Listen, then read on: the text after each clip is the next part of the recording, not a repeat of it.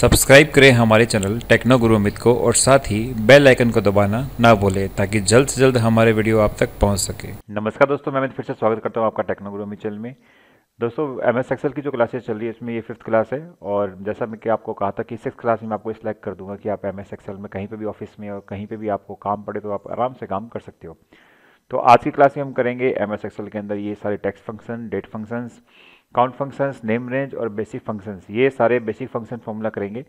इसके अलावा एक वी लुकअप का, एच लुकअप का फॉर्मूला और होता है जिसके लिए मैंने एक सेपरेट वीडियो बना रखा है, उसका लिंक इस वीडियो के लास्ट में मैं लगा दूंगा ताकि आप उसको भी चेक कर लेना। और इसके पहले के वीडियो अगर आपने नहीं देखे हैं तो उसका भी लिंक इस वीडियो के डिस्क्रिप्शन में मिल जाएगा, जहाँ से आप इसके पहले के एमएस एक्सेल के वीडियो और जो अलग क्लासेज मेरे चैनल पर चल रही है उनके भी वीडियो आपको मिल जाएंगे। ठीक है, तो स्टार्ट करते हैं आज की क्लास। तो यहाँ पे मैंने सीरियल नंबर नेम्स लिए हैं। यहाँ पे मैं एक एक फंक्शन को अपने बारी बारी से करेंगे। सबसे पहले टेक्स्ट फंक्शन में बात करते हैं ट्रिम की।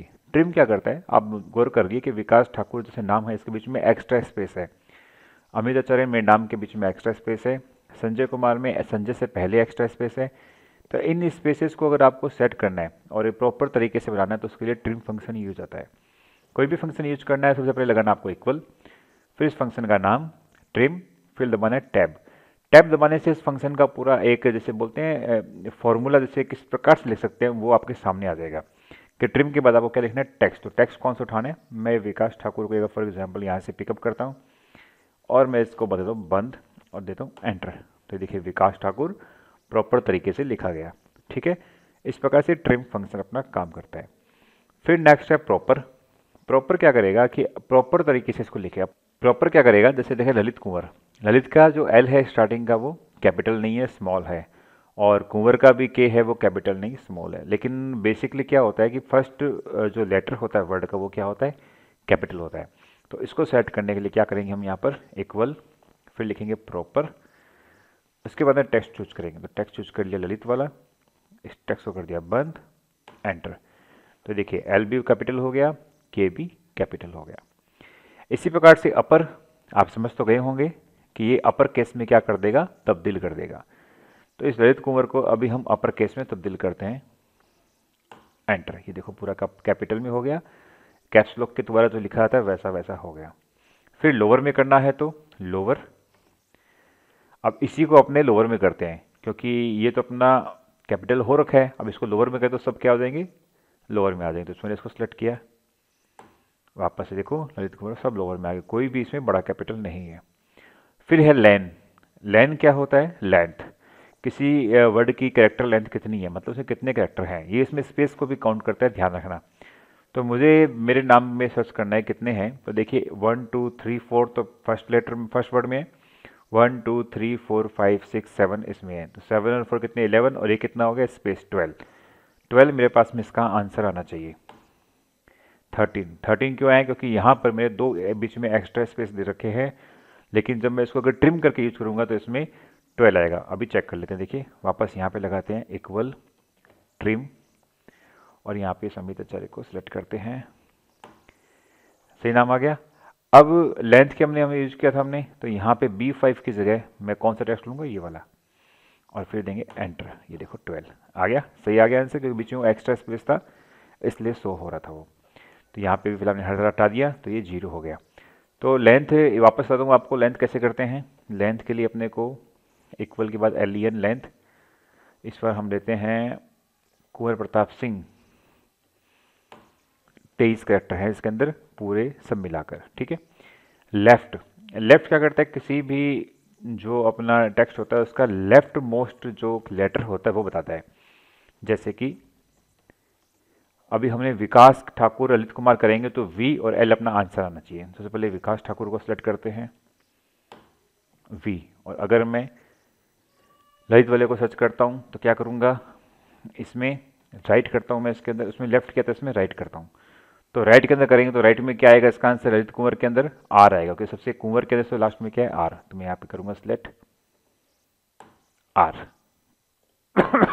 सॉरी। अभी देखते हैं दोबारा, इसमें मैंने लगता है इसमें स्पेस दे रखा है कोई, हाँ ललित कुंवर में बाद में स्पेस दे रखा है इसलिए वो आ रहा है। तो एक काम करते हैं, इसको पहले प्रॉपर ट्रिम करते हैं ललित कुंवर को। ट्रिम करने के लिए क्या करूँगा बताइए, इक्वल TRIM ट्रिम, उसके बाद में ललित कुमार को सिलेक्ट करेंगे, लगाएंगे ओके। अब जो नाम हमारा एकदम प्रॉपर है तो वापस राइट वाला यूज करते हैं हम, राइट RIGST राइट, और हमें सिलेक्ट करना है कुंवर और एंटर, आर आ गया। पिछली बार उसमें स्पेस एक्स्ट्रा था पीछे इसलिए स्पेस शो हो रहा था। ठीक है, तो लास्ट में जो लेफ्ट और राइट वाला जो सबसे पहला और सबसे लास्ट में जो अक्षर होगा आपको शो कर देगा। मिड क्या करेगा, आपको बीच में से अल्फ़ाबेट उठाने का एक जरिया है। तो आप इसमें क्या करो, मिड।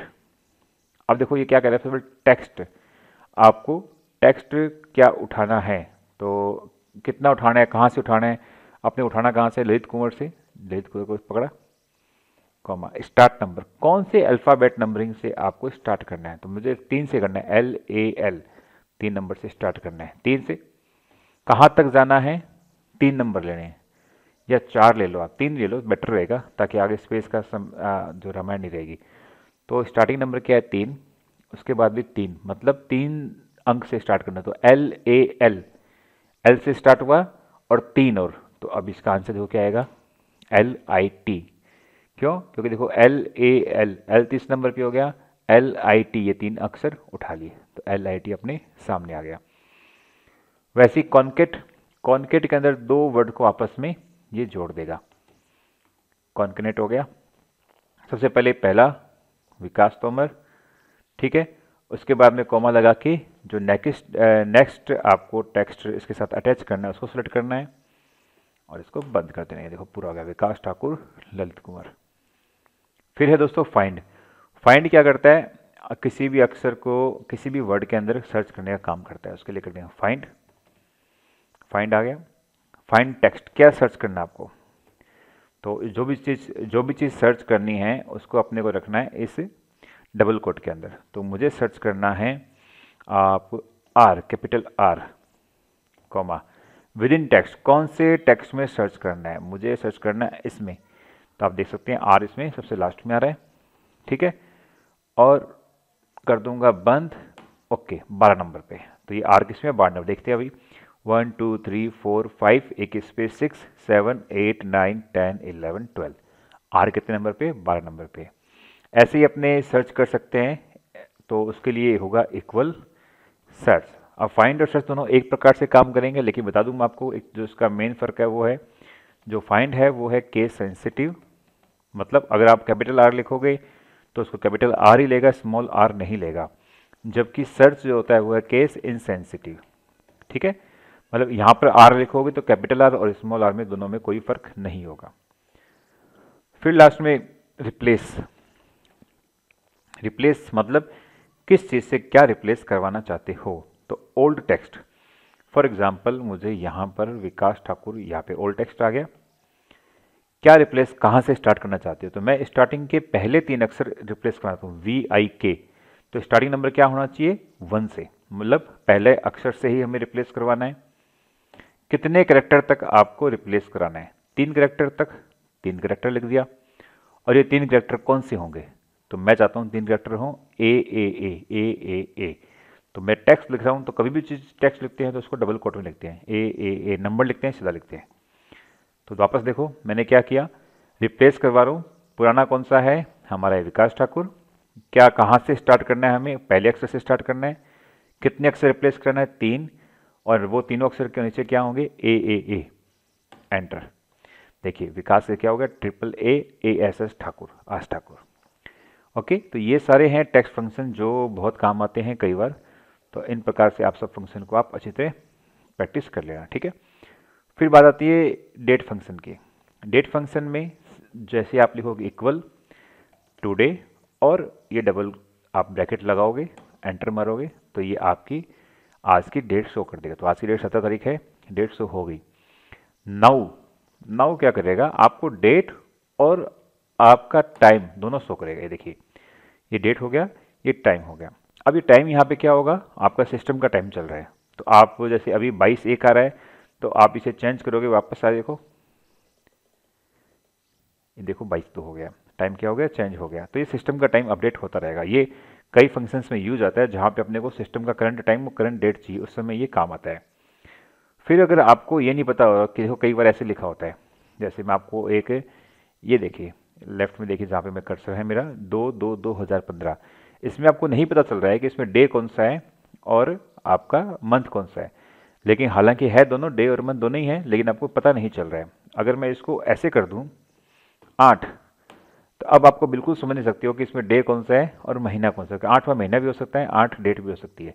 इसके लिए बेस्ट तरीका क्या है, आप यहाँ पर लगाओ equal DAY day, day bracket start, और क्या किस में चेक करना है अपने को, ये इसमें चेक करना है, इसको कर दो बंद, एंटर। 2 तारीख, वो क्या है, ये तारीख है 2, मतलब पहले डे है फिर मंथ है, उसके बाद में आपका क्या हो जाएगा, ईयर हो जाएगा।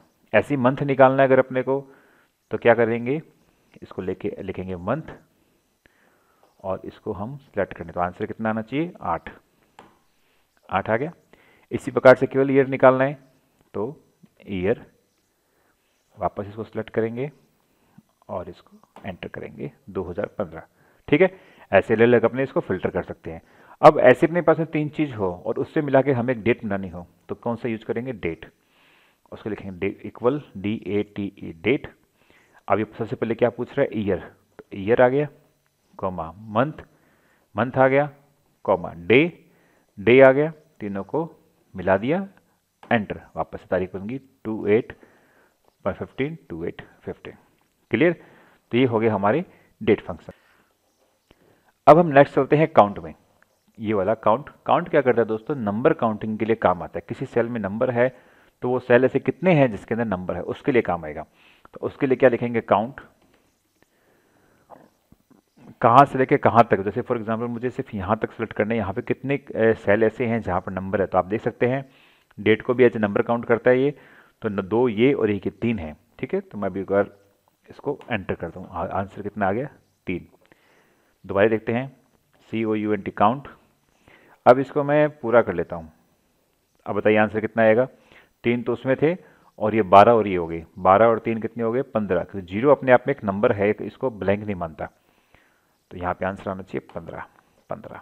ठीक है, तो केवल नंबर काउंट करने किसी सेल में, ऐसी कौन सी सेल जिसके अंदर कुछ नंबर्स है, तो उसके लिए क्या होगा, काउंट का यूज करते हैं। फिर यूज करते हैं काउंट ए। लेकिन काउंट ए क्या करेगा, पहले मैं इनको उठा देता हूँ, इक्वल COUNT काउंट ए।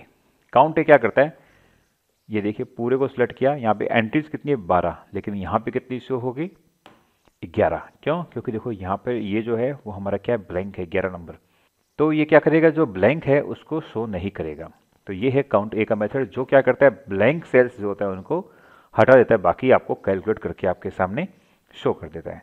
लेकिन अब आप चाहते हो कि ऐसा आपके सामने हो कि भी आपको ब्लैंक आपको पता लग जाए कितने हैं, तो मैं उसके लिए क्या काम करता हूँ, देखो मैं यहाँ पे इसको ब्लैंक छोड़ दिया और यहाँ पे डेट डाल दिया मैंने।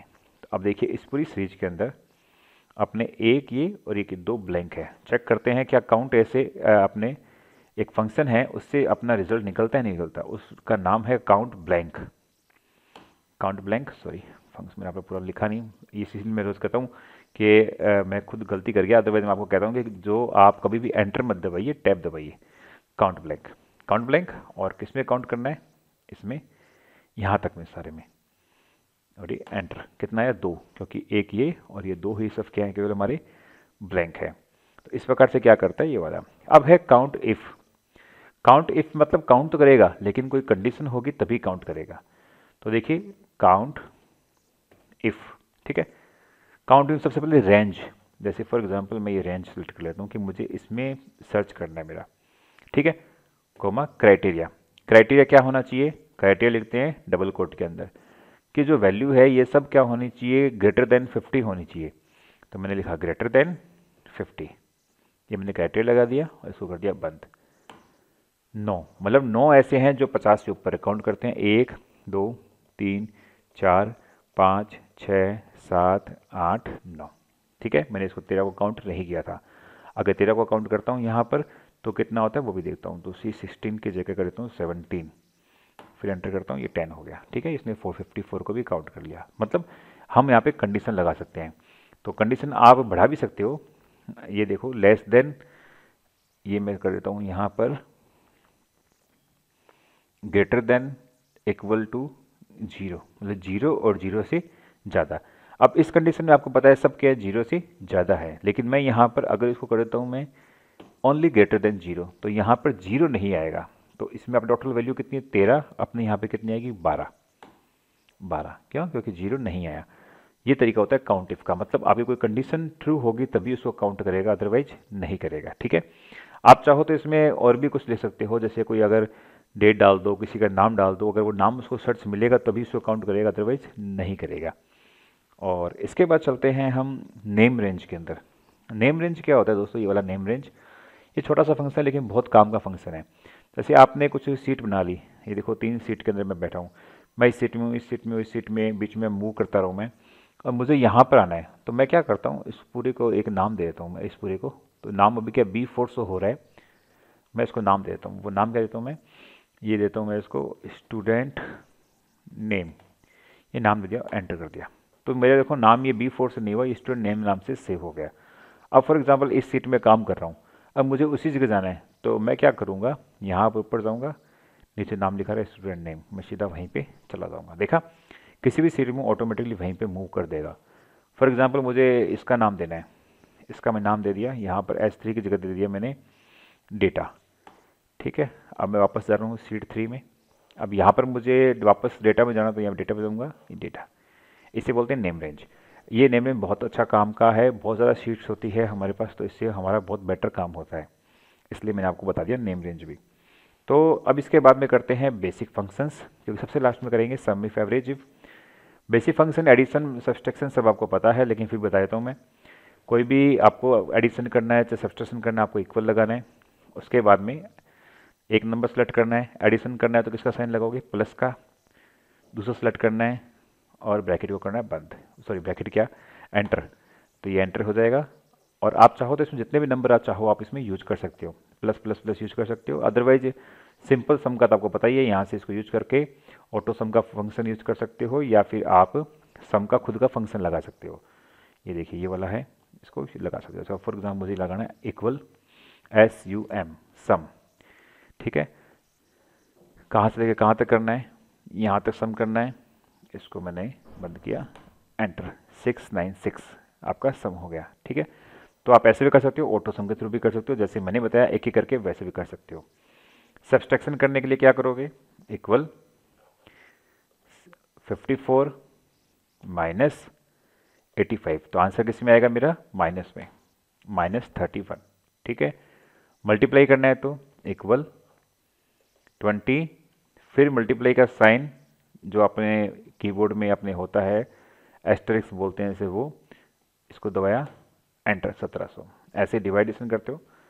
सबसे लास्ट में है बोर्ड मास। बोर्ड मास का रूल क्या होता है, बोर्ड मास के अंदर BODMAS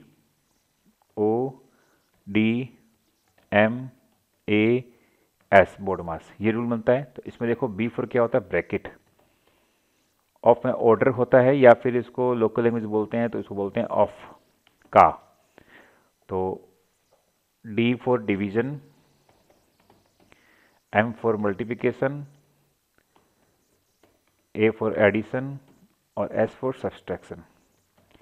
तो कोई भी जो इक्वेशंस होती है वो हमेशा इस प्रकार से होती है। सबसे पहले इसका ब्रैकेट सोल्व होगा, उसमें ऑर्डर यानी ऑफ का लिखा होता है कहीं पे तो वो सोल्व होता है, उसके बाद में डिवीजन सोल्व होता है, फिर मल्टीप्लिकेशन, एडिशन और सब्सट्रैक्शन ये सोल्व होता है। तो आप इसको सोल्व करना अपने हिसाब से बोर्ड मास के रूल के अकॉर्डिंग, तो ये इस हिसाब से सोल्व होगा। ठीक है, लास्ट में बचा है हमारा सम इफ और एवरेज इफ। तो सम इफ एवरेज कैसे काम करते होता हूँ आपको मैं। सबसे पहले सम इफ लेते हैं। सम इफ का लिए आप करोगे SUM सम इफ, मतलब आपका ये कैलकुलेट करेगा, उसको ऐड करेगा, लेकिन कब करेगा, जब कोई कंडीशन ट्रू होगी। तो सम इफ की रेंज क्या है, रेंज फॉर एग्जांपल मैंने ये रेंज दे दी, मैं यहाँ तक लेता हूँ रेंज, ये हमारी रेंज है। फिर इसमें हमारा क्राइटेरिया क्या है, तो हमने क्राइटेरिया क्या कर दिया अपने, तो क्राइटेरिया को लिए हम डबल कोट में लिखेंगे कि हमारा जो क्राइटेरिया वो है कि कोई भी जो नंबर है वो 50 से ऊपर होना चाहिए। हम इसको क्राइटेरिया लगाएंगे, इसको एंटर करेंगे, कितना आ गया 651। ये क्यों आया, क्योंकि यहाँ पे 50 से ऊपर जितनी भी संख्या है उन सबको इसने कैच किया और उनको क्या कर दिया, ऐड कर दिया। ये हो गया सम इफ। और अगर इसी का हमें एवरेज निकालना हो तो हम इसका एवरेज निकालने क्या करेंगे, AVERE average if, average if, वही रेंज, तो हमने रेंज निकाली। ठीक है, उस रेंज के बाद में कॉमा और क्राइटेरिया। क्राइटेरिया हमारा क्या है कि हमारा वापस से एक बार जो संख्या है वो क्या होनी चाहिए, 50 से ऊपर होनी चाहिए, और हमने इसको कर दिया बंद। 65.1 देखो वही 651, 10 संख्याएं ऐसी, तो क्या 10 संख्याएं ऐसी है, 1 2 3 4 5 6 7 8 9 10, 10 संख्याएं 50 से ऊपर है, टोटल उनका यह 651, उसका एवरेज निकालेंगे, 10 का भाग लगाएंगे, क्या आएगा 65.1। तो ये हो गया एवरेज। तो दोस्तों ये सारे जो फीचर्स है आई थिंक आपको क्लियर हो गए होंगे, और ये जो वो मेन फंक्शन है जो आपके ऑफिस के अंदर या कहीं पे कोई एग्जाम के अंदर आपके काम आते हैं। इसके अलावा जो फंक्शंस हैं वो और भी बहुत सारे फंक्शंस हैं, लेकिन वो बहुत एडवांस फंक्शंस हैं और मुझे नहीं लगता कि डेली यूज के अंदर वो काम आते हैं, लेकिन करवाना मेरा फ़र्ज़ है। इसलिए मैं जब 6 क्लास से कंप्लीट हो जाएगी तो उसके बाद में कुछ एडवांस टॉपिक के लिए मैं एक्सेल के लिए अलग से टॉपिक लेके आऊँगा, उनके अंदर एडवांस फंक्शन एडवांस फार्मूले कराऊंगा, तब आप वेट करिए, आपको जो एडवांस चीज़ें उसके अंदर जरूर मिलेगी। लेकिन ये वीडियो उन सब के लिए जो इसको एक्सेल को एक प्रॉपर बिगनर्स लेवल पे अच्छी तरह सीखना चाहते हैं, ठीक है। तो आप इनको अच्छी तरह करिए, और अगर आपको वीडियो अच्छा लगा तो अपने दोस्तों के साथ जरूर शेयर करिए।